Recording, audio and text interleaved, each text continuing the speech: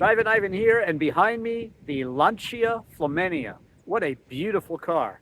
I'm going to talk about what it's like to drive a car from this era. I'm going to talk about Lancia, and of course, we're going to find out if I'm impressed. Have you smashed that like button and subscribed yet? Okay, let's get started. Well, there were many cars in the Lancia Flaminia lineup. There was a Saloon Berlina, basically a four-door. There was a Sport Zagato. There were a couple other versions of this coupe here, but I really think this one is an absolute beauty. Look at the front end. Look at these lights. They weren't perfectly round on some of the other variations of the car. Look at the hood scoop. I mean, are you thinking early Ferrari 250 GT? You know, that sort of thing? Well, this is a Pininfarina coupe, and Pininfarina is, of course, famous for designing Ferraris. So there you go. There's a similarity right there. And of course, even though it's a coupe, it is a four-seater, so it's actually a pretty long car. You can see right here, Pininfarina. Yes, yes, sir. And that is Pininfarina. That's actually the gentleman's name who started Pininfarina. Battista Pininfarina, they call him. But beautiful shapes, and this is one of the best, I think, of the Flaminia lineup. It says 1964. This particular car is actually a 1960, but titled first in 1964. I think it's particularly beautiful from, well, really every angle. Large trunk, which is really nice, and just absolutely an exquisite, beautiful shape, really from any angle. Wow. It's just gorgeous. What do you think? Let me know in the comments. I love it. Okay, heading inside. And, well, you see a very classic interior of the day. Large steering wheel. Look at the front windows there on the A-pillar. Just really cool. You can open those up, and that's sort of the Italian air conditioning of the day. You got a glove box, and look at that. Just gorgeous. Classic radio. Pedals just jutting straight out there. Sort of like a 911, but I think those come from even lower on the floor there. Nice carpets, and well, the seats are very, very comfortable, supportive too for the day. You know, they're not huge bolsters. You get nice large back seats. You're not going to be too uncomfortable back there, which is a good thing with a two-door. But yes, a beautiful cockpit. Ashtray, of course. And here we are, that beautiful, beautiful stick shift sticking straight out of the floor there. On the door here, you get a nice roll-up window. Works very well. Nice chrome everywhere. Storage here. Beautiful chrome handles for everything. And yeah, just really nice, stylish, and believe it or not, for the day, extraordinarily luxurious interior. Some say that this is even nicer than the Ferraris of the day.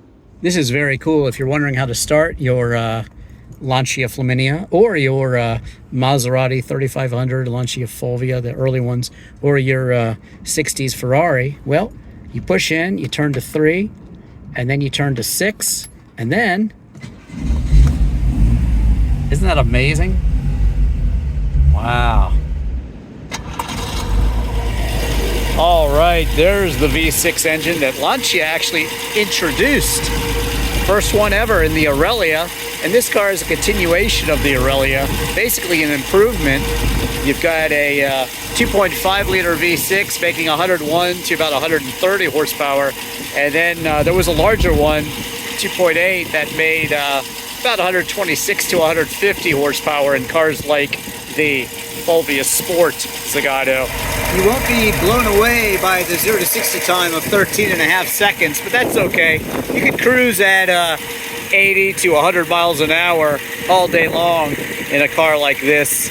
So for the day, the performance was quite good. Beautiful engine also. And again, Lancia invented the V6. And they also use a V4 in the Lancia Fulvia. Search any Lancia in Drivin Ivan, like my Lancia Delta Integrale. Smash that like button and subscribe if you already haven't.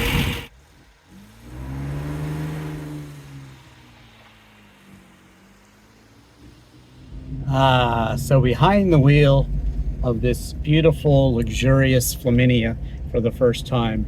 And what do I think of the drive?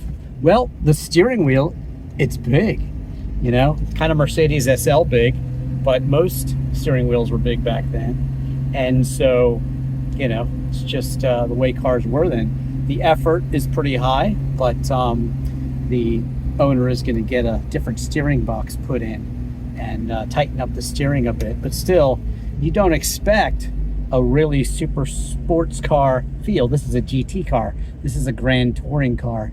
In fact, there was a prototype version of this Pininfarina Flaminia Coupe, and well, Coupe as they call it in Italian. That means cut, by the way. It's like a four-door cut, or the Berlina. But Battista Pininfarina chose basically the prototype of this model, the Florida, as his car. And there were lots of different versions. You had a Berlina, as I said earlier, the four-door.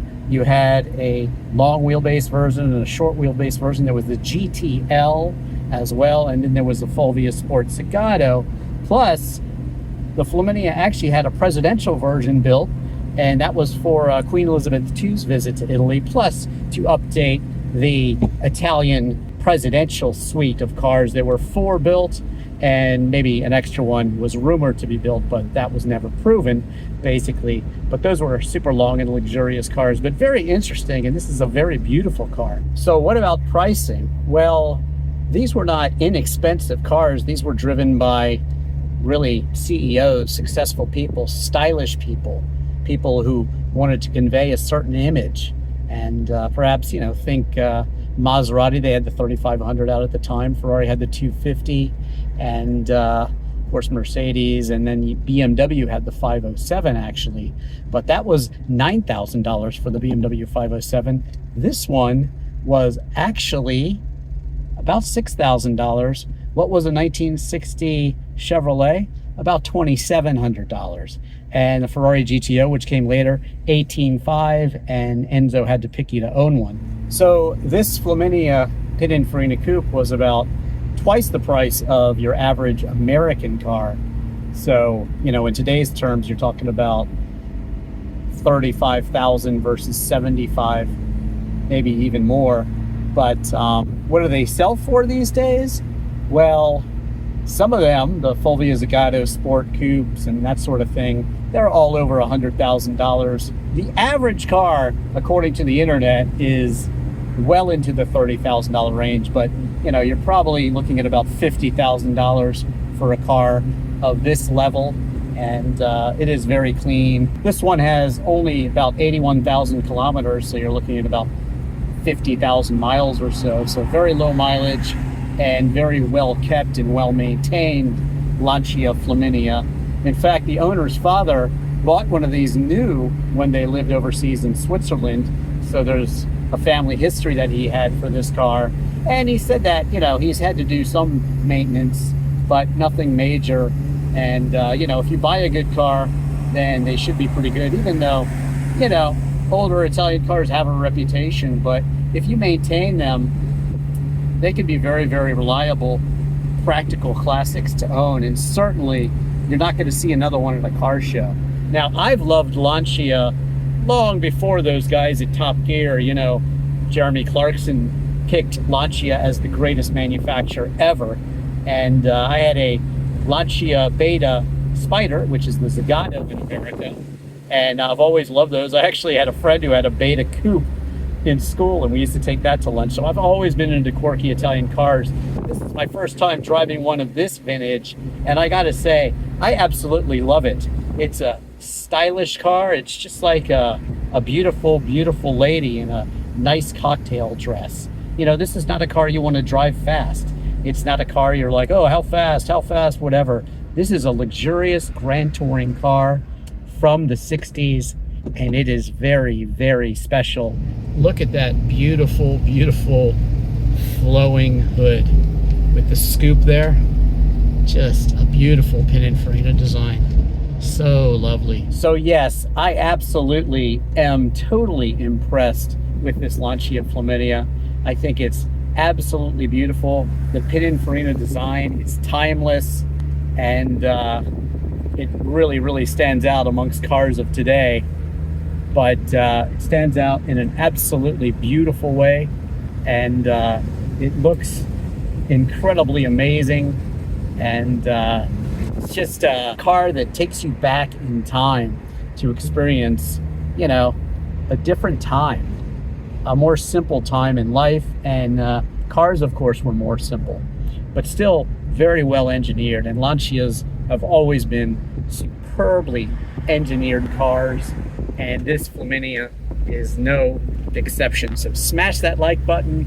Don't forget to follow me on Twitter, Instagram, TikTok, and search any car in Drivin Ivan, including, like I said, my Lancia Delta Integrale or my Lancia Zagato. I have 2 videos of that on YouTube as well. Also check out my disc golf videos, literal video for Chris Isaac's Wicked Game, my documentaries, Real Poker and Real Reality.